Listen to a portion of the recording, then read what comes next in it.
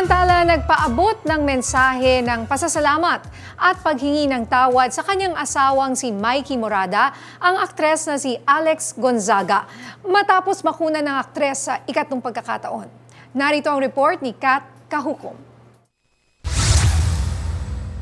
Sa kanyang vlog, ikinuwento ni Alex na nitong January 9 ay isinugod siya sa ospital matapos makunan. Sa ilang video clip, ipinakita ni Alex ang pananatili ng kanyang asawa sa kanyang tabi. Sa kanyang mensahe, humingi ng tawad si Alex kay Mikey sa pagkawala ng kanilang sanang unang baby. Kalakip ang paalala sa takdang panahon ay ibibigay din ang kanilang matagal ng hiling. Bago ito, ikinuwento ni Mikey sa vlog ng kanyang sister-in-law na si Tony Gonzaga ang tungkol dito. Nalaman namin mababa yung heartbeat, 65 lang. So that same day, pumunta kami sa ospital, tinry namin habulin. Baka ma-save pa yung baby. Ginawa namin lahat.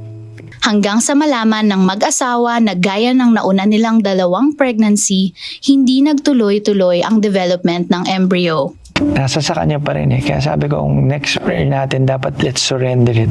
Talagang Lord, bahala na po kayo eh. Despite the 3 miscarriages, sinabi ni Mikey na malaki ang pasasalamat niya sa asawang si Alex. Ano pa man daw ang pinagdadaanan nila, mananatili ang kanyang pagmamahal sa kanyang asawa. Kat Kahukom, umaarangkada sa pagbabalita.